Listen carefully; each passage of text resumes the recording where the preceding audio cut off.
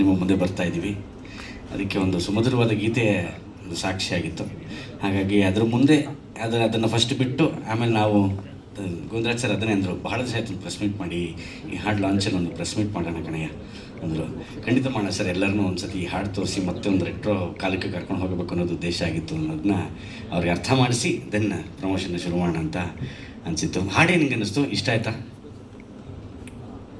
ಓ ಏನನ್ನ ಈ ಮೌನಕ್ಕೆ ನಾವೇನು ಹೇಳೋಣ ಮಾಡೋದಕ್ಕೆ. ಹಾಗಾಗಿ ಏಪ್ರಿಲ್ 17ನೇ ತಾರೀಕು ರಾಜ್ಯಾದ್ಯಂತ ಇದನ್ನು ಬಿಡುಗಡೆ ಮಾಡ್ತಾಯಿದ್ದೀವಿ. ಹಂತ ಹಂತವಾಗಿ ಇನ್ನೊಂದು ಸ್ವಲ್ಪ ದಿನ ಹೇಗೆ ಪ್ರಚಾರ ಮಾಡ್ತಾಯಿದ್ದೀವಿ ಅಂತ ಎಲ್ಲವೂ ಆಲ್ಮೋಸ್ಟ್ 1990ರಲ್ಲಿ ಹೇಗಿತ್ತು ಅದೇ ಕಾಲಘಟ್ಟದ ಒಂದು ಪ್ಯಾಟ್ರನ್ನ ಇಟ್ಕೊಂಡು ನಾವು ಪ್ರಚಾರನ ಶುರು ಮಾಡಿದ್ದೀವಿ. ಏನೋ ಜನಕ್ಕೆ ರೀಚ್ ಆಗ್ತಿದೆ ಅನ್ನೋ ಒಂದು ಭರವಸೆ ಅಥವಾ ಒಂದು ಆಸೆ ಅನ್ನು ಇಟ್ಕೊಂಡು ನಾವು ಮುಂದುವರಿತಾ ಇದ್ದೀವಿ. ಹಾಗಾಗಿ ಸರ್ ಮಾತಾಡಬೇಕು. ಶೂಟ್ ಆಗಿದ್ದು ಕನಕಪುರದ ಹತ್ರ ಕೆರಳಾಳಸಂದ್ರ ಅಂತ. ಇಡೀ ಸಿನಿಮಾ ಆ ಪ್ರಾಂತ್ಯದಲ್ಲಿ ಆಯಿತು. ಕೆರಳಾಳಸಂದ್ರ, ಸುಂಡಘಟ್ಟ, ಆಮೇಲೆ ಶ್ರೀನಿವಾಸಪುರ ಅಂತ ಒಂದು ಜಾಗ ಇದೆ. ತುಂಬ ಅಲ್ಲೆಲ್ಲ ಸಾಕಷ್ಟು ಊರಿದೆ. ಬಟ್ ತುಂಬ ಮುಖ್ಯವಾದ ಪೋರ್ಷನ್ಸ್ಗಳಷ್ಟು ಆಗಿದ್ದು ಕೆರಳಾಳಸಂದ್ರ. ಆಮೇಲೆ ಈ ಸಾಂಗ್ ಅಷ್ಟು ಆಗಿದ್ದು ಬೆಟ್ಟದಲ್ಲಿ, ಸುಂಡಘಟ್ಟದಲ್ಲಿ ಒಂದು ಬೆಟ್ಟ ಇದೆ, ತುಂಬ ಚೆನ್ನಾಗಿರುತ್ತೆ ಬೆಟ್ಟ, ಅಲ್ಲಾಗಿದ್ದಂತಹ ಒಂದು ಶೂಟಿಂಗು. ಇನ್ನು ಮಿಕ್ಕಿದ್ದಷ್ಟು ಅಂದರೆ ಬೆಂಗಳೂರಿಗೆ ಬರಲಿಲ್ಲಣ್ಣ, ಒಂದೇ ಒಂದು ಶಾರ್ಟ್ಗೋಸ್ಕರ ಅಥವಾ ಒಂದು ಸೀನ್ಗೋಸ್ಕರ ಬೆಂಗಳೂರಿಗೆ ಬರೋ ಪ್ರಮೇಯ ಬಂತು. ಇಲ್ಲ, ಇಡೀ ಸಿನಿಮಾ ಕನಕಪುರದಲ್ಲೇ ಶೂಟಿಂಗ್ ಆಗಿತ್ತು. ತುಂಬ ಆ್ಯಕ್ಟಾಗಿರೋಂಥ ಜಾಗ, ಅತ್ಯದ್ಭುತ ಲೊಕೇಶನ್ಗಳಿದೆ ಕನಕಪುರದಲ್ಲಿ. ಸೊ ಹಾಗಾಗಿ ಅಲ್ಲೇ ನಾವು ಇಡೀ ಸಿನಿಮಾನ ಕಂಟಿನ್ಯೂ ಮಾಡ್ಕೊಂಡ್ವಿ.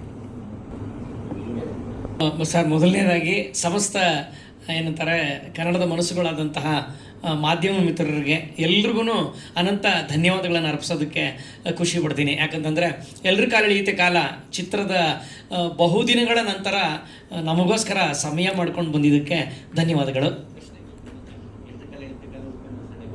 ಹಾಂ, ಅಚಾನಕ್ಕಾಗಿ ನಮ್ಮದೊಂದು ಬಳಗ ಇದೆ ಸರ್, ಸುಜಯ್ ಶಾಸ್ತ್ರಿ, ನಾನು, ಪ್ರದೀಪ, ಇದ್ರ ಜೊತೆಗೆ ಇನ್ನೊಬ್ಬ ಇದ್ದಾನೆ ಅಲ್ಲಿ ನಮ್ಮ ಆರ್ ನಗರದಲ್ಲಿ, ಸಂತೋಷ್ ಬಾದರ್ದಿನಿ, ಸಾರಿ ಸುಮ್ಮನೆ ರೇಗಿಸಿದೆ, ಸಂತೋಷ್ ಅಂತಂಥೇಳಿ ಬೆಲ್ಬಾಟಮ್ ಚಿತ್ರವನ್ನು ಅದರ ನಿರ್ಮಾಪಕ. ನಾವೆಲ್ಲ ಒಂದೇ ಬಳಗದವರು. ಅವನ ಆಫೀಸಲ್ಲಿ ಕೂತಾಗ ನಾವು ಡಿಸ್ಕಷನ್ ಮಾತುಕತೆಗೆ ಅಂತ ಕೂತಿದ್ವಿ. ಅಂಥ ಸಂದರ್ಭದಲ್ಲಿ ಸಮಯದ ಬಗ್ಗೆ ಸಿನಿಮಾ ಮಾಡ್ತಾಯಿದ್ದೀವಿ, ಅದಕ್ಕೆ ಸಂಬಂಧಪಟ್ಟಂಥ ಟೈಟ್ಲೇ ಬೇಕಲ್ಲ ಅಂತಂತೇಳಿ ಯೋಚನೆ ಮಾಡ್ತಾ ಇದ್ದಾಗ ರಪ್ಪಂತಂದ್ಬಿಟ್ಟು ಆಡಿಯೋ ಒಂದು ಪ್ಲೇ ಆಗೋದಕ್ಕೆ ಶುರು ಆಯಿತು. ಎಲ್ಲರ ಕಾಲೆಳೆಯುತ್ತೆ ಕಾಲ ಅಂತಂತೇಳಿ ಇಮ್ಮಿಡಿಯೇಟ್ ಏನು ಅನಿಸ್ಬಿಡ್ತು ಅಂತಂದರೆ, ಹೌದಲ್ವಾ, ನಮ್ಮ ಸಿನಿಮಾ ಕಾಲದ ಮೇಲೆ ನಿಂತಿರ್ತಕ್ಕಂಥದ್ದು ಪಿಕ್ಚರು, ಯಾಕೆ ಎಲ್ಲರ ಕಾಲೆಳೆಯುತ್ತೆ ಕಾಲ ಅಂತಂತ ಹೆಸರಿಡಬಾರ್ದು ಅಂತಂತೇಳಿ ತಕ್ಷಣಕ್ಕೆ ಇಮ್ಮಿಡಿಯೇಟ್ ಸಾರ್ಗೆ ಫೋನ್ ಮಾಡಿದಾಗ ತುಂಬ ಚೆನ್ನಾಗಿದೆ ಟೈಟ್ಲು. ಈ ಇಮ್ಮಿಡಿಯೇಟು ಅದೇನೋ ಗೊತ್ತಿಲ್ಲ, ನಮ್ಮ ಆ ಕಾಲ ನಮಗೆ ಕೂಡ ಬಂತು, ಆ ಹೆಸರು ಸಿಗ್ತಕ್ಕಂಥದ್ದು. ಇಮಿಡಿಯೇಟ್ ಅದನ್ನ ರಿಜಿಸ್ಟರ್ ಮಾಡಿಸಿ ಎಲ್ಲರ ಕಾಲೆಳೆಯುತ್ತೆ ಕಾಲ ಅಂತ ಹೆಸರು ಇಟ್ಬಿಡೋಣ ಅಂತಂತೇಳಿ ನಿರ್ಣಯ ಮಾಡಿದ್ವಿ ಸರ್. ಟೈಟ್ಲ್ಗೂ ಕತೆಗೂ ತುಂಬ ಆ್ಯಕ್ಟ್ ಆಗಿರ್ತಕ್ಕಂಥ ವಿಚಾರಗಳು ಸಿನಿಮಾದಲ್ಲಿದೆ. ಯಾಕೆ ಅಂತಂದರೆ ಸಮಯಕ್ಕೆ ನಾವು ಎಂತಹ ಮಹತ್ವವನ್ನು ಕೊಡಬೇಕು, ಸಮಯಕ್ಕೆ ನಾವು ಬೆಲೆ ಕೊಟ್ವಿ ಅಂತಂದರೆ ಆ ಸಮಯ ನಮಗೆ ಹೆಂಗೆ ಬೆಲೆ ಕೊಡುತ್ತೆ, ನಮ್ಮನ್ನು ಹೆಂಗೆ ನಮ್ಮ ಮುಂದಿನ ಹೆಜ್ಜೆ ಇಡೋದಕ್ಕೆ ನಮ್ಮನ್ನು ಹೆಂಗೆ ಕರ್ಕೊಂಡು ಹೋಗುತ್ತೆ ಅಂತಕ್ಕಂಥ ವಿಚಾರ ಇರೋದಕ್ಕೋಸ್ಕರ ಎಲ್ಲರ ಕಾಲೆಳೆಯುತ್ತೆ ಕಾಲ ಅಂತ ಹೆಸರಿಟ್ಟಿರೋದು. ಅಪ್ಪಿತಪ್ಪಿ ಅದೇನಾದ್ರು ಸ್ವಲ್ಪ ಜರ್ಕ್ ತೊಗೊಂತು ಅಂತಂದರೆ ನಮ್ಮ ಪರಿಸ್ಥಿತಿ ಏನಾಗುತ್ತೆ ಅನ್ನೋದೇ ವಿಚಾರ ಇರ್ತಕ್ಕಂತಹ ಸಿನಿಮಾ ಸರ್. ಉದ್ದೇಶ ಏನು ಗೊತ್ತಣ್ಣ, ಅಂದರೆ ಹೆಚ್ಚು ಕಡಿಮೆ ಹೀಗೆ ಇದ್ರು ಅನಿಸುತ್ತೆ. ಆಗ ಇಷ್ಟೇ ಪರ್ಸ್ನಾಲಿಟಿಲಿದ್ದರು. ಸೊ ಸಿನಿಮಾಗೋಸ್ಕರ ಚೆನ್ನಾಗಿ ಬಿರಿಯಾನಿ ತಿನ್ನಿ ಅಂತ ಹೇಳಿ ಸಿಕ್ಕಾಬಿಟ್ಟೆ ದಪ್ಪ ಆಗಬೇಕು. ಯಾಕೆಂದರೆ ಲಾಂಚ್ ಅನ್ನೋದು ನಿನ್ನ ಬಾಡಿ ಮೇಲೆ ಅಂತ ಅನ್ನೋದು ನಾನು ನಂಬದಿರೋಂಥ ಒಂದು ಪ್ರಕಾರಣ. ಜೊತೆಗೆ ಅಭಿನಯ ಮುಖ್ಯವಾಗಿ ಬೇಕಾಗಿದ್ದು. ಯಾಕೆಂದರೆ ಜನ ನಿಮ್ಮ ಫಸ್ಟು ಲಾಂಚು ಅಂತಂದಾಗ ಪರವಾಗಿಲ್ಲ ಚೆನ್ನಾಗಿ ಆ್ಯಕ್ಟ್ ಮಾಡಿದ ಕಣಯ್ಯ ಅನ್ನೋ ಕಾಲಘಟ್ಟದಲ್ಲಿ ನಾವು ಇವಾಗಲೂ ಇದ್ದೀವಿ. ಏನೋ ಒಂಚೂರು ಚೆನ್ನಾಗಿ ಮಾಡಿದ್ದಾನೆ ಅಂತ ಅನಿಸೋ ಹಾಗೆ ಆಗಬೇಕು ಅಂತಂದರೆ ನೀನು ಅಭಿನಯದ ಮೇಲೆ ಗಮನ ಕೊಡಬೇಕು, ದೇಹದ ಮೇಲೆ ಗಮನ ಕೊಡಬಾರ್ದು. ಆ್ಯಂಡ್ ನಾವು ಮಾಡಿರೋಂಥ ಕಥೆಯಲ್ಲಿ ನಿನಗೆ ಬರೀ ಅಭಿನಯನೇ ಜಾಸ್ತಿ ಇರೋದು. ನಿನ್ನ ಪರಿಸ್ಥಿತಿ ಮತ್ತು ನಿನ್ನ ಒಂದು ಸ್ಥಿತಿ ಇದೆಯಲ್ಲ, ಅದು ಯಾವುದು ನಿಮಗೆ ಪ್ರಚೋದನೆ ಆಗಲಿ ಅಥವಾ ಕಾಣೋ ಹಾಗಾಗಲಿ ಆ ಥರದ್ದೇನು ಪ್ರಯೋಜನ ಇಲ್ಲ ಅನ್ನೋ ಉದ್ದೇಶಕ್ಕೋಸ್ಕರ ಹಾಗೆಯೇ ಅವ್ರನ್ನ ಇದು ಮಾಡೋದು. ತಾರಮ್ಮ ಅವತ್ತೊಂದು ದಿವಸ ಹೇಳ್ತಾಯಿದ್ರು, ಏನು ಮಗ ಇಷ್ಟು ದಪ್ಪ ಆಗಿದೆಯಲ್ಲೋ, ನಾವಿಬ್ಬರು ರಿಯಾಲಿಟಿ ಶೋ ಮಾಡ್ತಾಯಿದ್ವಿ ಅವಾಗ, ಏನು ಮಗ ಇಷ್ಟು ದಪ್ಪ ಆಗಿದೆಯಾ ಅಂತಂದ್ರೆ, ಅವನ್ನೆಲ್ಲ ಆಯಪ್ಪನೇ ಮಾಡಿದ್ದು, ಚೆನ್ನಾಗಿ ತಿನ್ನು ದಪ್ಪ ಆಗಿಬಿಟ್ಟಿದ್ರು ನಾನು ಅಂತಂದರು. ಸೊ ಉದ್ದೇಶ ಏನು ಅಂತಂದರೆ ದಪ್ಪ ಆಗಬೇಕು ಅನ್ನೋದು was the intention also. So ಅದು ಆ ಕ್ಯಾರೆಕ್ಟ್ರಿಗೆ ತುಂಬ ಪ್ಲಸ್ ಆಗುತ್ತೆ ಅನ್ನೋದು ಆ ಉದ್ದೇಶಕ್ಕೆ ಆ ಒಂದು ಅಟೈರ್ ಆಗಲಿ ಅಥವಾ ಆ ಒಂದು ದೇಹದ ಒಂದು ತೂಕನ ಏರಿಸಿ ಅಂತ ಹೇಳಲಾಗಿದೆ. ಇದೇ ಸಿನಿಮಾ ಸರ್ ಅತಿ ಹೆಚ್ಚು ಈ ಸಿನಿಮಾ ನನ್ನ ಕಾಲೇ ಎಳೆದಿರೋದು. ಯಾಕೆಂದರೆ ಬಿಡುಗಡೆ ಆಗುತ್ತೆ ಅಂದ್ಕೊಂಡು 2 ಸತಿ ಡೇಟ್ ಹಾಕಿದ್ವಿ, ಆಮೇಲೆ 2 ಸತಿ ನಾವು ಬರ್ತಾಯಿದ್ದೀವಿ ಅಂತಂದ್ವಿ ಸರ್. ಕಾರಣ ಏನು ಅಂದರೆ 2-3 ವಿಚಾರ ಇತ್ತು ಸರ್. ಅಂದರೆ ಒಂದು ಭ್ರಾಂತು ಏನು ನಮ್ಮ ಸಿನಿಮಾ ಒಂಚೂರು ಸೇಲ್ ಆಗಲಿ, ಯಾಕೆಂದರೆ ಲಾಂಚ್ ಆಗಿದೆ ಅವ್ರದ್ದು. ಸರ್ ಒಂದು ಸಿನಿಮಾ ಮಾಡಿದರೆ ಅವ್ರು ಹೆಂಗಾರು ಮಾಡಿ ಸಿನಿಮಾ ಸೇಲ್ ಮಾಡ್ಬೋಣ, ಒಂದು ರೈಟ್ಸ್ ಏನಾರು ಆಗುತ್ತೆ, ಅದಕ್ಕೋಸ್ಕರ ಒದ್ದಾಡೋಣ, ಏನಾರು ಮಾಡೋಣ ಅಂತ ಸಿಕ್ಕಾಪಟ್ಟೆ ಟ್ರೈ ಮಾಡಿದ್ರು ಸರ್. ಅದು ಆಗಲಿಲ್ಲ ಅಂತ ಅನ್ನೋಣ, ಅದರಲ್ಲಿ ನಾವು ಸೋತ್ವಿ ಅಂತ ನಾವು ಘೋಷಣೆ ಮಾಡೋದಕ್ಕಿಂತ ಹೆಚ್ಚಾಗಿ ಅದು ಆಗಲಿಲ್ಲ ಅಂತ ನಾವು ಅನ್ಕೊಳ್ಳೋಣ. ಹಾಗಾಗಿ ಅದಕ್ಕೋಸ್ಕರ ಒಂಚೂರು ಸಮಯ ತಗೊಂಡು ಎಳೆದಾಡ್ಕೊಂಬಿಟ್ವಿ. ಹಾಗಾಗಿ ಈ ಹೊಣೆಯನ್ನು ನಾನೇ ಹೊರಬೇಕಾಗುತ್ತೆ. ಯಾಕೆಂದರೆ ಆ್ಯಸ್ ಅ ನಿರ್ದೇಶಕನಾಗಿ ಸರ್ದು ಯಾವುದೇ ಒಂದು ಪಾತ್ರ ಇಲ್ಲ ಇದರಲ್ಲಿ. ಯಾಕೆಂದರೆ ಸರ್ ಯಾವತ್ತೂ ಹೇಳಿದರು, ಪಾಪ ನೀವು ಸಿನಿಮಾ ರಿಲೀಸ್ ಮಾಡಿ ಆಗಿದ್ದಾಗ ಹೋಗಲಿ ಅಂತ. ಇಲ್ಲ ಸರ್, ಒಬ್ಬ ವ್ಯಕ್ತಿ ಲಾಂಚ್ ಆಗ್ತಿದ್ದಾನೆ, ಅವನು ಅಂದರೆ ಸಿನಿಮಾ ಕಿರಿಯರ್ ಕಂಟಿನ್ಯೂ ಆಗಬೇಕು ಅಂತಂದರೆ ಫಸ್ಟ್ ಸಿನಿಮಾನ ಏನಪ್ಪ ಅನ್ನೋವಂಥದ್ದು. ಎಷ್ಟು ಅಭಿಮಾನಿಗಳಿದ್ರೋ ಅಷ್ಟೇ ಕಾಲೆಳೆಯೋರು ಇರ್ತಾರೆ. ಹಾಗಾಗಿ ಅವರು ಕಾಲಿಗೆ ನಾವು ಯಾರೂ ಸಿಗಾಕೋಬಾರ್ದು ಅಂತ ಅನ್ನೋದು. ಬಟ್ ಅದು ಬರ್ದಿತ್ತು ಅನಿಸುತ್ತೆ, ಕಾಲೆಳೆಯಲೇಬೇಕಾಗಿತ್ತು ಅಂತ. ಸೊ ಕಾಲೆಳಿಸ್ಕೊಂಡ್ವಿ ನಾವು. ಇಲ್ಲ ಸರ್, ಇನ್ನೂ ಇಲ್ಲ. ಧೈರ್ಯ ಮಾಡಿ ಭಗವಂತನ ಮೇಲೆ ವಾರ ಹಾಕಿ ಮುನ್ನುಗ್ತಾ ಇದ್ದೀವಿ. ಇದು ಹೊರತಾಗಿರೋಂಥ ಕಂಟೆಂಟು ಸರ್. ಅದಂತೂ ತಾರಮ್ಮ ಮಾಡಿದ್ದಾರೆ, ದತ್ತಣ್ಣ ಮಾಡಿದ್ದಾರೆ, ರಾಕೇಶ್ ಪೂಜಾರಿ ಕಾಣಿಸ್ಕೋತಾರೆ. ದ್ವಿತೀಯಾರ್ಧದಲ್ಲಿ ಮಾತ್ರ ಚಂದನ್ ಶೆಟ್ಟಿ ಹಾಗೂ ರಾಕೇಶ್ ಪೂಜಾರಿ ಹೊತ್ತು ತೊಗೊಂಡು ಹೋಗ್ತಾರೆ ಸಿನಿಮಾನ. ಹಾಗಾಗಿ ಮಂಜು ಪಾವಗಡ ಕಾಣಿಸ್ಕೋತಾರೆ, ಮಂಡ್ಯ ರಮೇಶ್ ಅಣ್ಣ ಇದ್ದಾರೆ, ಆಮೇಲೆ ರಜನಿಕಾಂತ ಕಾಣಿಸ್ಕೋತಾನೆ. ನಾನು ಒಂದು ಸ್ವಲ್ಪ ಚಿಕ್ಕ ಪಾತ್ರದಲ್ಲಿ ಅಭಿನಯ ಮಾಡಿದ್ದೀನಿ. ಎಲ್ಲವೂ ಇದ್ದಾರೆ. ಅಂದರೆ ಹಾಸ್ಯಮಯವಾಗಿ, ಕೌಟುಂಬಿಕ ಹಾಸ್ಯಮಯ ಚಿತ್ರ ಅಂತ ಹೇಳ್ತಾರಲ್ಲ ಸರ್ ಹಿಂದಿನ ಕಾಲದಲ್ಲಿ, ಅದು ಖಂಡಿತವಾಗ್ಲೂ ಈ ಸಿನಿಮಾಗೆ ಆ್ಯಪ್ಟ್ ಆಗಿರೋಂತಹ ಜಾನರ್ ಅಂತ ಹೇಳಿದ್ರೆ ತಪ್ಪಾಗಲ್ಲ. ಸೊ ಮಾತುಕತೆ ನಡೀತಾ ಇದೆ, ಅದನ್ನು ಎಲ್ಲ ಕ್ಲಾರಿಟಿ ಕೊಡೋಣ ಅಂತ ವೆಯ್ಟ್ ಮಾಡ್ತೀವಿ ಸರ್. ಇಲ್ಲ ಸರ್, ಖಂಡಿತವಾಗ್ಲೂ ಇದೊಂದು ತಿಳಿ ಹಾಸ್ಯ. ಯಾವುದೇ ರೀತಿ ಯಾರ ವರ್ಗಕ್ಕಾಗಲಿ ಯಾರ ಒಂದು ಇದಕ್ಕಾಗಲಿ ತಾಗಿಸೋವಂಥದ್ದು, ಬೇರೆ ಏನೋ ಒಂದು ಮೆಸೇಜ್ ಕೊಡೋದು, ಸಂದೇಶ ಏನಿಲ್ಲ ಸರ್. ಅಂದರೆ ಆಗಲೇ ಬರ್ದವ್ರು ಹೇಳಿದ ಹಾಗೆಯೇ ಸಮಯಕ್ಕೆ ನಾವೇನಾದ್ರು ಒಂದು ಚೂರು ಅಗೌರವ ಕೊಟ್ಟರೆ ಸಮಯ ನಿಮಗೆ ಅಗೌರವ ಕೊಡುತ್ತೆ. It's a barter deal. Life is a very good barter deal. ನೀನು ರೆಸ್ಪೆಕ್ಟ್ ಕೊಡು, ರೆಸ್ಪೆಕ್ಟ್ ತಗೋ, ಕಣ್ಣಿಗೆ ಹೊತ್ಕೊಂಡು ಕೊಡತ್ತೆ ನಿನಗೆ, ಅಷ್ಟೇ. ಅದೊಂದೇ ಉದ್ದೇಶ ಇದ್ದಿದ್ದು. ಹಾಗಾಗಿ ನಾವು ಆ ಉದ್ದೇಶಕ್ಕೋಸ್ಕರ ಬೇರೆ ಥರ ಏನೋ ಪ್ರಮೋಷನ್ ಮಾಡ್ತೀವಿ, ಅದಕ್ಕೋಸ್ಕರ ಈ ಕಡೆ ಬರ್ತೀವಿ, ಅವೆಲ್ಲ ಏನಿಲ್ಲ ಸರ್. ತುಂಬ ಇದೊಂದು ಸಾತ್ವಿಕವಾದಂಥ ಸಿನಿಮಾ, ಸಾತ್ವಿಕವಾಗಿ ಬರ್ತಾಯಿದ್ದೀವಿ ಸರ್. ಅಂದರೆ ಹಾಸ್ಯ ಆ ಪರಿಸ್ಥಿತಿ ಆಗ್ತಿರೋವಂಥದ್ದು, ನೀವು ಮಾಡೋವಂಥ ಹಾಸ್ಯ ಆಗಿಲ್ಲ ಸಿನಿಮಾದಲ್ಲಿ. ಅವನ ಪರಿಸ್ಥಿತಿಯೇ ಒಂದು ದೊಡ್ಡ ಹಾಸ್ಯಮಯವಾಗಿ ಕಾಣುತ್ತೆ. ಹಾಗಾಗಿ ಅದೊಂಚೂರು ಕೇಂದ್ರ ಬಿದ್ದುವಾಗಿ ಕಾಣುತ್ತೆ. ಇದು 3ನೇ ಸಿನಿಮಾ.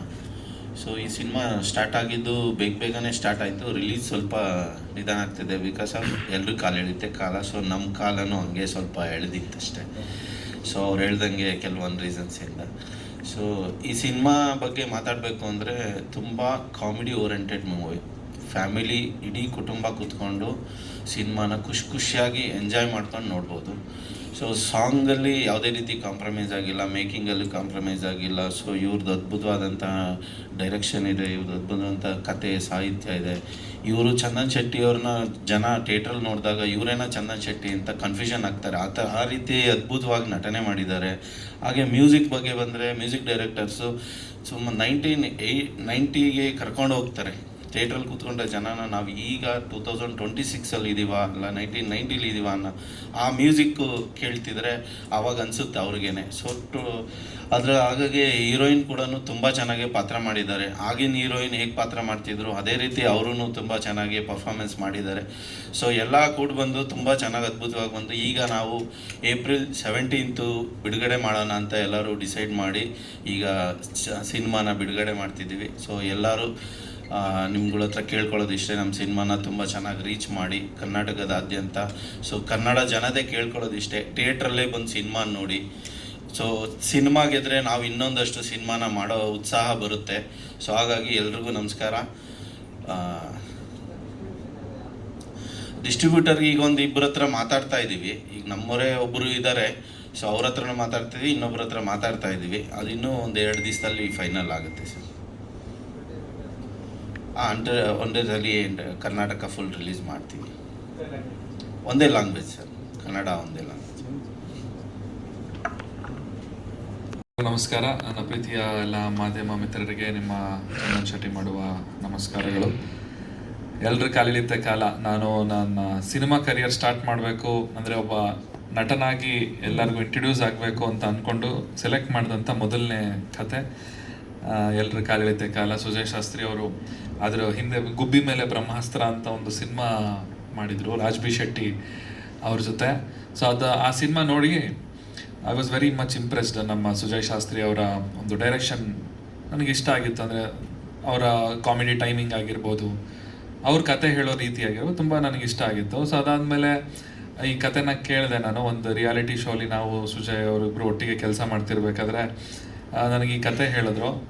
ಕತೆ ಹೇಳಿದಾಗ ನಂಗೆ ತುಂಬ ಖುಷಿ ಆಯಿತು. ಈ ಕತೆಯಿಂದ ನಾನು ಒಬ್ಬ ನಟನಾಗಿ ಗುರ್ತಿಸ್ಕೋಬೋದು ಅಂತ ಅನ್ನಿಸ್ತು. ಸೊ ಹಾಗಾಗಿ ಈ ಒಂದು ಪ್ರಾಜೆಕ್ಟನ್ನು ಮಾಡೋಕ್ಕೆ ಒಪ್ಕೊಂಡೆ. ಅದಾದಮೇಲೆ ಗೋವಿಂದರಾಜ್ ಸರ್ ಹತ್ರ ಮೀಟಿಂಗ್ ಆಯಿತು. ಸೊ ಅವ್ರಿಗೂ ಆಸೆ ಇತ್ತಂತೆ ನನ್ನ ಜೊತೆ ಒಂದು ಪ್ರಾಜೆಕ್ಟ್ ಮಾಡಬೇಕು, ಚಂದನ್ ಶೆಟ್ಟಿನ ಒಂದು ನಟನ ಹೀರೋ ಆಗಿ ಸಿನಿಮಾದಲ್ಲಿ ಹಾಕೋಬೇಕು ಅಂತ ಅವರು ಆಸೆ ಪಟ್ಟಿದ್ರಂತೆ. ಸೊ ಎಲ್ಲ ಕಾಲ ಕೂಡಿ ಬಂತು. ಸೊ ಆವಾಗ ಪ್ರಾಜೆಕ್ಟ್ ಸ್ಟಾರ್ಟ್ ಆಯಿತು. ಸ್ಟಾರ್ಟ್ ಆದಂಗೆ ತುಂಬ ಫಾಸ್ಟಾಗಿ ಮುಗಿಸಿದ್ವಿ ನಾವು. Actually within 2 months I guess ನಾವು ಎಲ್ಲ ಶೂಟಿಂಗ್ ಎಲ್ಲ ಮುಗಿಸಿ ಸಿನಿಮಾನೇ ರ್ಯಾಪ್ ಅಪ್ ಮಾಡಿಬಿಟ್ಟಿದ್ವಿ. ಸೊ ಅದಾದ ನಂತರ ಇಷ್ಟು ವರ್ಷಗಳ ಕಾಲ ಆಗೋಯ್ತು. ತುಂಬ ಕಷ್ಟಪಟ್ಟಿದ್ದಾರೆ ನಮ್ಮ ಡೈರೆಕ್ಟ್ರು. ಭಾಳ ತುಂಬ ಕಷ್ಟ ಅನುಭವಿಸಿದ್ದಾರೆ. ಒಂದು ತಾಯಿ ಮಗುಗೆ ಡೆಲಿವರಿ ಮಾಡೋಕ್ಕೆ 9 ತಿಂಗಳು ತೊಗೊತಾರೆ. ತುಂಬ ಕಷ್ಟಪಟ್ಟು ಇವರು ಪಾಪ ಅವ್ರ ಹೊಟ್ಟೆಲಿ 4 ವರ್ಷ ಇಟ್ಕೊಂಡು ಈ ಸಿನಿಮಾನ ಭಾಳ ತುಂಬ ಸಂಟ ಪಟ್ಟಿದ್ದಾರೆ.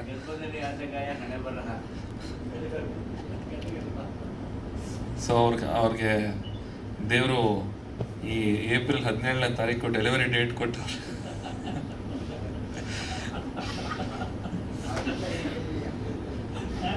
ನಾಲ್ಕು ವರ್ಷಗಳ ನಂತರ ಪಾಪ ತುಂಬ ಮೇಲೆ ತರಲಿಕ್ಕೆ ಸಾಕಷ್ಟು ಕಷ್ಟಪಟ್ಟಿದ್ದಾರೆ. ಸೊ ಹಾಗಾಗಿ ದೇವರ ಆಶೀರ್ವಾದ ಮಾಡಲಿ, ಒಂದು ಮಗು ಪ್ರಪಂಚದಾದ್ಯಂತ ಹೆಸರು ಮಾಡಲಿ ಅಂತ ನನ್ನ ಕಡೆಯಿಂದ ಕೇಳ್ಕೊಳ್ತೀನಿ. ಆ್ಯಂಡ್ ಅವ್ರ ಧೈರ್ಯಕ್ಕೆ ಮೆಚ್ಚಬೇಕು. ಯಾಕಂದರೆ ಹೇಳಿದ್ರೆ ನನ್ನ ಐಡೆಂಟಿಟಿ ಬಂದು ನಾನೊಬ್ಬ ರ್ಯಾಪರು, ನಾನೊಬ್ಬ ಸಿಂಗರ್, ನಾನು ಬೇರೆ ಥರನೇ ಪೋರ್ಟ್ರೇ ಆಗಿದ್ದೆ. ಸೊ ಅವನ್ನ ಕರ್ಕೊಂಡು ಬಂದು ಸಿನಿಮಾದಲ್ಲಿ ಈ ಥರ ಒಂದು ಕ್ಯಾರೆಕ್ಟರ್ ಅಲ್ಲ, ಹಿಂದೆ ಪೋಸ್ಟರ್ ನೋಡಿದ್ರೆ ನನಗೆ ನಾನಾ ಇದು ಅಂತ ಒಂದು ಸಲ ಯೋಚನೆ ಮಾಡ್ತೀನಿ. ಸಡನ್ನಾಗಿ ಗಾಬರಿ ಆಗುತ್ತೆ ನನಗೆ. ಸೊ ಅದು ಆ ಧೈರ್ಯ. ಆ್ಯಂಡ್ ನಾನು ಅವರ ಡೈರೆಕ್ಷನಲ್ಲಿ ಚೆನ್ನಾಗಿ ಆ್ಯಕ್ಟ್ ಮಾಡಿದ್ದೀನಿ ಅಂತ ಭಾವಿಸಿದ್ದೀನಿ. ಆ್ಯಂಡ್ ನಾನು ಥ್ಯಾಂಕ್ ಯು ಸೋ ಮಚ್. ಇನ್ನು ನಮ್ಮ ಸಿನಿಮಾ ಪ್ರೇಕ್ಷಕರು ಸಿನಿಮಾ ನೋಡಿ ನನ್ನ ಒಪ್ಕೊಂಡ್ರೆ ತುಂಬ ಖುಷಿ ಆಗುತ್ತೆ. ಇನ್ನೊಂದು 2-3 ಸಿನಿಮಾ ಮಾಡೋಕ್ಕೆ ಧೈರ್ಯ ಬರುತ್ತೆ. ಏನದಿದೆ 14 ಸತಿ ಸಿನಿಮಾ ನೋಡಿದ್ದೀನಿ. ಸಣ್ಣ ಪುಟ್ಟ ಯಾವ್ದಾದ್ರು ಮಾತಿನ ಮೇಲೆ ಏನಾದ್ರು ಗಮನ ಕೊಡಬೇಕಾಗುತ್ತಾ, ಇನ್ನೇನಾದರೂ ಹೆಚ್ಚು ಕಡಿಮೆ ಆಗುವಂಥ ಸಾಧ್ಯತೆಗಳಿದೆಯಾ? ಯಾಕಂದರೆ ರಂಗಭೂಮಿಲಿ ನಾವು ಇರೋದ್ರಿಂದ ಪ್ರೇಕ್ಷಕರ ಕಡೆ ನಾವು ತುಂಬ ಗಮನ ಕೊಡ್ತೀವಿ. ಪ್ರೇಕ್ಷಕರನ್ನ ನಾವು ಹೆಂಗೆ ಎಂಟರ್ಟೈನ್ ಮಾಡ್ತೀವಿ, ಆತನಿಗೆ ಈ ವಿಚಾರ ತಲುಪೋದಿಲ್ವಾ ಅಂಥ ಸಂದರ್ಭದಲ್ಲಿ ಚಂದನ್ ಶೆಟ್ಟಿ ಆಗಿರ್ಬೋದು, ಅರ್ಚನಾ ಮೇಡಮ್ ಅವರಾಗಿರ್ಬೋದು, ನಿಜವಾಗ್ಲೂ ಸ್ಕ್ರೀನಲ್ಲಿ ನಿಮಗೆ ಹೆಂಗೆ ಕಾಣಿಸ್ತಾರೆ ಅಂತಂದರೆ ನಂಗೆ ಗೊತ್ತಿಲ್ಲ. ಹಿರಿಯರೊಬ್ಬರು ಯಾರೋ ಏನೋ ಅವ್ರನ್ನ ಹಳೆಯ ಅಂಬರೀಷ್ ಸರ್ ಥರ ಅವಾಗವಾಗ ಸ್ಟೈಲಲ್ಲಿ ಕಾಣಿಸ್ತಾರೆ ಅಂತಕ್ಕಂಥ ಮುಕ್ತ ಮನಸ್ಸಿನಿಂದ ಹೇಳಿದ್ರು. ಅವ್ರೇನೋ ಉತ್ಪ್ರೇಕ್ಷಕೆ ಅಂತಂತ ಹೇಳಿಲ್ಲ, ಅಷ್ಟು ಬ್ಯೂಟಿಫುಲ್ಲಾಗಿ ಕಾಣಿಸ್ತಾರೆ ಅವರಿಬ್ಬರೂ. ನೀವು ನಿಜವಾಗ್ಲೂ ಸಿನಿಮಾದಲ್ಲಿ ಒಂದಷ್ಟು ವಿಚಾರಗಳ ಮೇಲೆ ಅವ್ರು ಆ್ಯಕ್ಟಿಂಗ್ ಮಾಡಿದ್ದಾರೆ. ನಮಗೆ ಬೇಕಾಗಿದ್ದಿದ್ದು ಅವರು ಹಾಡುಗಾರರಾಗಿ ಅಲ್ಲ, ಅಥವಾ ಅವರು ರ್ಯಾಪರ್ ಆಗಿ ಅಲ್ಲ, ಒಬ್ಬ ಅಪ್ಪಿತಪ್ಪಿ ಒಬ್ಬ ಗೌರ್ಮೆಂಟ್ ಆಫೀಸರ್ ಹೆಂಗೆ ಕಾಣಿಸ್ತಾನೋ, ಅಥವಾ ಒಬ್ಬ ನಾರ್ಮಲ್ ಒಬ್ಬ ಮೇಸ್ಟ್ರ್ ಹೆಂಗೆ ಕಾಣಿಸ್ತಾನೋ, ಪ್ರೊಫೆಸರ್ ಹೆಂಗೆ ಕಾಣಿಸ್ತಾನೋ ಹಂಗೆ ಕಾಣಬೇಕು ನಮಗೆ ಚಂದನ್ ಶೆಟ್ಟಿ ಅವರು ಅಂತಂದಾಗ ಅದನ್ನು ಇಡೀ ಮೈನ ಆ ಹಂತಕ್ಕೆ ಅವರು ತಂದ್ಕೊಂಡಿದ್ದು ನಮಗೆ ತುಂಬ ಹೆಲ್ಪ್ ಆಯಿತು. ಸರ್ ನಿಜವಾಗ್ಲೂ ಹೇಳಿ, ಚೆನ್ನಾಗಿ ಬರ್ತಿದ್ಯಾ, ನಿಮಗೆ ಓಕೆನಾ ಹೇಳಿ. ಇನ್ನೂ ಒಂದೇ ದಿವಸ ಶೂಟಿಂಗ್ ಆಗಿದ್ದು, ನಿಮ್ಗೆ ಏನಾದರೂ ಓಕೆ ಆಗಿಲ್ಲ ಅಂತಂದರೆ ಹೀರೋನ ಚೇಂಜ್ ಮಾಡ್ಕೊಂಬಿಡಿ ಸರ್ ಅಂತಾನೆ ಎಲ್ಲ ಹೇಳಿದ್ದೆ ನಾನು. ಇಲ್ಲ ಚೆನ್ನಾಗಿ ಮಾಡ್ತಾ ಇದ್ದೀರಾ ಮಾಡಿ ಅಂತ ಇಡೀ ಸಿನಿಮಾ ಮಾಡಿದ್ದಾರೆ. ಆ್ಯಂಡ್ ಅವ್ರು ಡೈರೆಕ್ಟರ್ ಏನು ಹೇಳಿದ್ದಾರೆ ಅದು ಮಾಡಿದ್ದೀನಿ. ಒಬ್ಬ ನಟ ಏನು ಅವ್ರ ತಲೆಗೆ ಸುಮ್ಮನೆ ಟಾರ್ಚರ್ ಕೊಡೋದು, ಇದು ಚೇಂಜ್ ಮಾಡಿ ಅದು ಚೇಂಜ್ ಮಾಡಿ ಏನೂ ಹೇಳಿಲ್ಲ ಸರ್. ನಾನು ಏನೂ ಹೇಳಿಲ್ಲ. ಆ ಡೈಲಾಗ್ ಚೇಂಜ್ ಮಾಡಿ, ಈ ಡೈಲಾಗ್ ಚೇಂಜ್ ಅವ್ರು ಹೆಂಗೆ ಸ್ಕ್ರಿಪ್ಟ್ ಬರೆದಿದ್ದಾರೆ, ಅವ್ರು ಏನು ಡೈಲಾಗ್ ಬರೆದಿದ್ದಾರೆ ಸೇಮ್ ಟು ಸೇಮ್ ನಾನು ಹಂಗೆ ಪರ್ಫಾರ್ಮ್ ಮಾಡಿದ್ದೀನಿ. ಅವರು ಯಾವ ರೀತಿ ಹೇಳಿದರೆ ಹಂಗೆ ಮಾಡಿ. ಅವ್ರು ನನಗೆ ಮುಂಚೆನೇ ನನಗೆ ಹೇಳಿಕೊಟ್ರು. ಯಾಕಂದರೆ ಆ್ಯಕ್ಟಿಂಗ್ ನನಗೆ ಹೊಸದು. ಒಬ್ಬ ಸಿಂಗರ್ ಆಗಿ, ಒಬ್ಬ ಪರ್ಫಾರ್ಮರ್ ಆಗಿ ಸ್ಟೇಜ್ ಮೇಲೆ ಆಗಿರ್ಬೋದು, ಇಲ್ಲ ಅಂತಂದರೆ ಕ್ಯಾಮ್ರಾ ಮುಂದೆ ಪರ್ಫಾರ್ಮ್ ಮಾಡ್ತಾ ಇದ್ದೆ. ಬಟ್ ನಟನೆ ಅನ್ನೋದು ಇಟ್ಸ್ ಡಿಫ್ರೆಂಟ್ ಥಿಂಗ್. ಅದೇ ಬೇರೆನೇ ಅದು ಗಾಡ್ ಲೆವೆಲ್ ಕಲೆ ಅದು. ದೇವರು ಅಂತ ನಂಬ್ತಾರೆ. ಒಬ್ಬ ನಟನ್ನ ನಮ್ಮ ಇಂಡಿಯಾದಲ್ಲಿ ದೇವ್ರಿಗೆ ಹೋಲಿಸ್ತಾರೆ. ಸೊ ಹಾಗಾಗಿ ಅಷ್ಟು ವ್ಯಾಲ್ಯೂ ಇದೆ ಅದಕ್ಕೆ. ಸೊ ಅದು ಪ್ರಯತ್ನ ಮಾಡಿದ್ದೀನಿ, ಆ್ಯಕ್ಟಿಂಗ್ ಮಾಡುವಂಥ ಪ್ರಯತ್ನ ಮಾಡಿದ್ದೀನಿ ಅಷ್ಟೇ. ಮಿಕ್ಕಿದೆಲ್ಲ 17ನೇ ತಾರೀಕು ಡಿಸೈಡ್ ಆಗುತ್ತೆ. ಆ್ಯಂಡ್ ಪ್ರದೀಪ್ ರವೀಣ್ ಅವರು ಸಖತ್ತಾಗಿ ಮ್ಯೂಸಿಕ್ ಮಾಡಿದ್ದಾರೆ ರೆಟ್ರೋ ಸ್ಟೈಲಲ್ಲಿ. ತುಂಬ ಚೆನ್ನಾಗಿ ಮಾಡಿ, ತುಂಬ ಬ್ಯೂಟಿಫುಲ್ ಆಗಿದೆ. ಹೇಳ್ತಾರಲ್ಲ, ಅಯ್ಯೋ ಅವಾಗಿನ ಕಾಲದ ಮ್ಯೂಸಿಕ್ಕೇ ಚೆನ್ನಾಗಿರುತ್ತೆ, ಅವಾಗಿನ ಕಾಲದ ಮ್ಯೂಸಿಕ್ ಚೆನ್ನಾಗಿರೋ ಥರನೇ ತುಂಬ ಚೆನ್ನಾಗಿ ಕಂಪೋಸ್ ಮಾಡಿ ಹಳೆ ಇವಾಗ ರೆಟ್ರೋ ಸ್ಟೈಲಲ್ಲಿ ಸಿನಿಮಾ ಮೂಡ್ ಬರಬೇಕು ಅಂತಂದರೆ ಅದಕ್ಕೆ ತಕ್ಕನಾದಂಥ ಮ್ಯೂಸಿಕ್ನ ಮಾಡಿದ್ದಾರೆ. ತುಂಬ ಥ್ಯಾಂಕ್ಸ್ ನಿಮಗೆ. ಆ್ಯಂಡ್ ಅರ್ಚನಾ ಕೊಟ್ಗೆ ಅವರು ಕೂಡ ಅವರು ತುಂಬ ಚೆನ್ನಾಗಿ ಆ್ಯಕ್ಟ್ ಮಾಡಿದ್ದಾರೆ ಸಿನಿಮಾದಲ್ಲಿ. ತುಂಬ ಚೆನ್ನಾಗಿದೆ ಸಿನಿಮಾ. ನನಗಂತೂ ಕತೆ ತುಂಬ ಇಷ್ಟ ಆಗಿ ಈ ಸಿನಿಮಾ ಮಾಡೋಕ್ಕೆ ಒಪ್ಕೊಂಡಿರೋದು. ತಾವೆಲ್ಲರೂ ಥಿಯೇಟರ್ಗೆ ಬಂದು ಏಪ್ರಿಲ್ 17ನೇ ತಾರೀಕು ಸಿನಿಮಾನ ನೋಡಿ ನಮ್ಗೆ ಆಶೀರ್ವಾದ ಮಾಡಿ ಅಂತ ಕೇಳ್ಕೊಳ್ತೀನಿ. Thank you. ಆ್ಯಕ್ಟಿಂಗಿಗೆ ಸರ್ ನನ್ನ ಡೈರೆಕ್ಟರ್ ಫ್ರೆಂಡ್ಸ್ಗಳ ಹತ್ರ ತೊಗೊಂಡೆ. ಅಂದರೆ ಆ್ಯಕ್ಟರ್ ಫ್ರೆಂಡ್ಸ್ ಹತ್ರ ಅಷ್ಟಾಗಿ ನಾನೇನು ಕೇಳೋಕ್ಕೆ ಹೋಗಿಲ್ಲ. ಡೈರೆಕ್ಟರ್ಗಳ ಹತ್ರ ನಮ್ಮ ಚೇತನ್ ಕುಮಾರು ಮತ್ತು ಇನ್ನೊಂದಿಬ್ಬರು ಫ್ರೆಂಡ್ಸ್ ಇದ್ದಾರೆ. ಸೊ ಅವ್ರ ಹತ್ರ ಎಲ್ಲ ತಿಳ್ಕೊಂಡು ಮತ್ತು ಒಂದಷ್ಟು ನನಗೆ ರೆಫರೆನ್ಸ್ಗಳು ತೋರಿಸಿದ್ದು ಅಂಬರೀಷ್ ಸರ್ದೇ ರೆಫರೆನ್ಸ್ ತೋರಿಸಿದ್ರು ನನಗೆ, ಹಳೆ ಕಾಲದ ಸಿನಿಮಾಗಳು ಅವ್ರದ್ದು. ಸೊ ಈ ರೀತಿ ಇರಬೇಕು, ನಿಮ್ಮ ವಾಕಿಂಗ್ ಸ್ಟೈಲ್ ಹಿಂಗಿರಬೇಕು, ನಿಮ್ಮ ಬಾಡಿ ಲ್ಯಾಂಗ್ವೇಜ್ ಹಿಂಗಿರ್ಬೇಕು, ಹಿಂಗೆ ಮೇಂಟೈನ್ ಮಾಡಬೇಕು ಅಂತ. ಸೊ ಇಡೀ ಸಿನಿಮಾದಲ್ಲಿ ನನಗೆ ಗೊತ್ತಿರೋಂಗೆ ಸರ್ ಒಂದು 5 ರಿಂದ 6 ಸೆಕೆಂಡ್ ನಕ್ಕಿದ್ದೀನಿ ಅಷ್ಟೇ ಸರ್ ನಾನು. ಇನ್ನು ಮಿಕ್ಕಿದೆಲ್ಲ ಮುಖ ಹಿಂಡ್ಕೊಂಡು ನನ್ನ ಪರಿಸ್ಥಿತಿನೇ ಬೇಡ ಸರ್, ಆ ಥರ ಇದನ್ನು ಆಲ್ಮೋಸ್ಟ್ ಆ ಟೈಮಲ್ಲಿ ಒಂದು ಸ್ವಲ್ಪ ವೆಯ್ಟ್ ಪುಟ್ ಆನ್ ಆಗಿದೆ. 80. ಹಾಂ, time almost 1.5 months workshop cinema ನಾವು 2 ತಿಂಗಳಲ್ಲಿ ಮುಗಿಸಿದ್ರು ಅದಕ್ಕೆ ಕೆಲಸನೇ ಒಂದೂವರೆ ತಿಂಗಳು ಅದಕ್ಕೋಸ್ಕರ ನಾವು ಕೆಲಸ ಮಾಡಿದ್ವಿ. ಅಂದರೆ ಆ್ಯಕ್ಟಿಂಗ್ ಪ್ರತಿ ಒಂದು ಸೀನೂ ನಾವು ರಿಹರ್ಸಲ್ ಮಾಡೇ ಮನೆ ಒಳಗಡೆ ರಿಹರ್ಸಲ್ ಮಾಡಿ ಶೂಟಿಂಗ್ ದಿನ ಹೋಗಿ ಅಲ್ಲಿ ಆ್ಯಕ್ಟಿಂಗ್ ಮಾಡಿದ್ವಿ. ಇಡೀ ಚಿತ್ರತಂಡಕ್ಕೆ ಅಭಿನಂದನೆಗಳನ್ನು ಹೇಳ್ತಾ ಇದ್ದೀವಿ. ಬಹಳ ದಿನಗಳ ನಂತರ ನಾವು ಈ ಚಿತ್ರದ ಇದು 4ನೇ ಗೀತೆ ಬಿಡುಗಡೆ ಆಗ್ತಿರೋದು. ಮಾತು ಮಧುರ ಮೌನ ಸುಮಧುರ. ಇದು ಒಂದು ಏನು ಸ್ಪೆಷಲ್ ಆಗುತ್ತೆ ನನಗೆ ಪ್ರದೀಪ್ಗೆ ಅಂದರೆ, ನಾವು 100 ಹಾಡುಗಳನ್ನು ಕಂಪೋಸ್ ಮಾಡಿದ್ದೀವಿ, ಸಾಕಷ್ಟು ಕಾರ್ಯಕ್ರಮಗಳನ್ನು ನೀಡಿದ್ದೀವಿ, ಆ್ಯಸ್ ಸಿಂಗರ್ಸ್ ಸುಮಾರು 100 ಹಾಡುಗಳನ್ನು ಹಾಡಿ ಬಿಡುಗಡೆ ಮಾಡಿದ್ದೀವಿ. ಆದರೆ ಒಂದು ಗೀತೆ ಎಲ್ರಿಗೂ ನಮಸ್ಕಾರ. ಇವರಷ್ಟು ಗಂಭೀರವಾಗಿ ನನಗೆ ಮಾತಾಡೋಕ್ಕೆ ಬರಲ್ಲ, ನನಗೆ ಹಿಂಗೆ ಬರುತ್ತೋ ನಾನು ಹಂಗೆ ಮಾತಾಡ್ತೀನಿ. ಎಳೀತಾ ಇದೆಯಲ್ಲ ಸರ್, ಯಾವ ಗಳಿಗೆ ಹೆಸರಿಟ್ಟರು ನಮಗೆ ಎಳೀತಾ ಇದೆ ಫಸ್ಟು. ಈಗ ಒಂದು ಟ್ರೆಂಡ್ ಶುರುವಾಗಿದೆಯಲ್ಲ, ಅದರ ಸಿನಿಮಾ ರಿಲೀಸ್ ಆದರೆ ಅಯ್ಯೋ ಇಷ್ಟು ಚೆನ್ನಾಗಿತ್ತು, ಇದನ್ನು ಥಿಯೇಟ್ರಲ್ಲಿ ಮಿಸ್ ಮಾಡ್ಕೊಂಬಿಟ್ವಲ್ಲ ಛೇ ಅಂತ ಯಾವಾಗಲೂ ಹೇಳ್ತಾ ಇರ್ತಾರೆ. ನಮ್ಮ ಡೈರೆಕ್ಟ್ರು ಪ್ರೊಡ್ಯೂಸರ್ ಎಷ್ಟು ಬುದ್ಧಿವಂತರು ಅಂದರೆ ರಿಲೀಸ್ ಮಾಡೋದೇ ಲೇಟಾಗಿ ರಿಲೀಸ್ ಮಾಡ್ತಾರೆ. ಸೊ ರಿಲೀಸ್ ಆಗಿದ ತಕ್ಷಣ ಎಲ್ಲರೂ ನೋಡಲಿ ಅಂತ. ಹಾಗೆ ಡೈರೆಕ್ಟ್ರು ಒಳ್ಳೆಯವರು, ಪ್ರೊಡ್ಯೂಸರ್ ತುಂಬ ಒಳ್ಳೆಯವರು. ಚಂದನ್ ಶೆಟ್ಟಿ ಜೊತೆ ನಾನು ಒಂಥರ ತುಂಬ ಕಂಫರ್ಟಬಲ್ ಆಗಿತ್ತು ಆ್ಯಕ್ಟ್ ಮಾಡೋಕ್ಕೆ. ಈಗೋನೇ ಇಲ್ಲ ಅಂತ ಅನಿಸ್ತು ನನಗೆ ಅವ್ರ ಜೊತೆ ಕೆಲಸ ಮಾಡ್ಬೇಕಾದ್ರೆ. ತುಂಬ ಒಳ್ಳೆ ಫ್ರೆಂಡು ಕೂಡ. ಅವ್ರಿಗೆ ಒಳ್ಳೇದಾಗಲಿ ಈ ಸಿನಿಮಾದಿಂದ, ಪ್ರೊಡ್ಯೂಸರ್ಗೆ ಒಳ್ಳೇದಾಗಲಿ, ಡೈರೆಕ್ಟ್ರಿಗೆ ತುಂಬ ಒಳ್ಳೇದಾಗಲಿ. ಹಾಗೆ ಮ್ಯೂಸಿಕ್ ನನಗೆ ತುಂಬ ಇಷ್ಟ ಈ ಸಿನಿಮಾ. ನನ್ನ ಗೋಲ್ಡ್ ಫ್ಯಾಕ್ಟ್ರಿ ಆಮೇಲೆ ಈ ಹಾಡು ನನಗೆ ಸಿಕ್ಕಾಪಟ್ಟೆ ಇಷ್ಟ. ನಿಮಗೂ ಇಷ್ಟ ಆಗಿದೆ, ಆಗತ್ತೆ ಅಂತ ನಂಬಿದ್ದೀನಿ. ಧನ್ಯವಾದಗಳು. Thank you. ಅವಾಗ ಶುರು ಮಾಡಿದ್ದಣ್ಣ, ಅಂಬೆಗಾಲು ಇಟ್ಕೊಂಡು ಬರ್ತಾಯಿದ್ದೆ. ಆಗೊಂದು 2-3 ಸಿನಿಮಾ ಮಾಡಿದ್ದೆ. ಬಟ್ ಇವ್ರು ಕಾಸ್ಟ್ ಮಾಡಬೇಕಾದ್ರೆ ಫ್ರೆಶ್ ಫೇಸು, ಯಾವ ಸಿನಿಮಾಲ್ಲೂ ಆ್ಯಕ್ಟ್ ಮಾಡಿರಬಾರ್ದು ಹುಡುಗಿ ಅಂತ ಹೇಳ್ತಾ ಇದ್ರು. ಇವ್ರು ಗೊತ್ತಿರಲಿಲ್ಲ ನನ್ನ ಬಗ್ಗೆ. ಆಡಿಷನ್ಗೆ ಹೋದಾಗ ಒಂದು 50 ಸಲ ಹೇಳ್ತಾ ಇದ್ರು, ನಾನು ಹೊಸ ಹುಡುಗಿನೇ ತೊಗೊಬೇಕು ಅಂತಿದ್ದೀನಿ ಕಂದ, ನಾನು ಹೊಸ ಹುಡುಗಿನ ತೊಗೊಬೇಕು. ಸರ್ ನಾನು ಹೊಸ ಹುಡುಗಿನೇ ಸರ್, ನಾನು ಯಾವ ಸಿನಿಮಾನೂ ಮಾಡಿಲ್ಲ.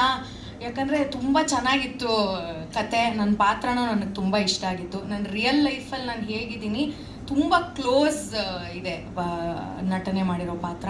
ಸೊ ನಾನು ಇದು ಬಿಟ್ಕೊಡ್ಬಾರ್ದು ಅಂತ, ಸರ್ ನಾನು ಹೊಸ ಹುಡುಗಿನೇ ಸರ್, ಯಾವ ಸಿನಿಮಾನೂ ಮಾಡಿಲ್ಲ, ಏನು ಗೊತ್ತಿಲ್ಲ ನನಗೆ ಅಂತ ಸ್ವಲ್ಪ ಸ್ಕ್ಯಾಮ್ ಮಾಡಿದೆ. ಬಟ್ ನನಗೆ ಏನು ಸರ್ ಮಾಡಿದ್ದೀನಿ. ಯಾವುದು ರಿಲೀಸ್ ಆಗಿರಲಿಲ್ಲ. ಸಿನಿಮಾದವ್ರು ಹೆಂಗೆ ಅಂದರೆ ನಾನು ಮಾಡಿದ್ದೀನಿ ಅಂತ ಹೇಳ್ಕೊಬಾರ್ದು, ಬಂದಾಗ ಗೊತ್ತಾಗತ್ತಲ್ವಾ. ಇನ್ನೂ ಏನೂ ಬಂದಿರಲಿಲ್ಲ ಅಂದರೆ ಸೇಫು ಅಂತ. ನನ್ನ ಪಾತ್ರದ ಹೆಸರು ವಸಂತ ಅಂತ. ನಾನೊಂದು ಮೆಸ್ ಇಟ್ಕೊಂಡಿರ್ತೀನಿ, ಅದ್ರ ಹೆಸರು ಮಿಸ್ ವಸಂತ ಮೆಸ್ ಅಂತ. ತುಂಬ ಚೆನ್ನಾಗಿ ಒಳ್ಳೊಳ್ಳೆ ತಿಂಡಿಗಳು ಸಿಗುತ್ತೆ. ಆಮೇಲೆ ಒಳ್ಳೆ ಇಂಗ್ಲೀಷ್ ಮಾತಾಡ್ತೀನಿ. I have learned what did I study in this film? Pampnoshalli University I have studied, and I speak good English in my village only. I only know English. That's all I know. ಧನ್ಯವಾದಗಳು. Thank you.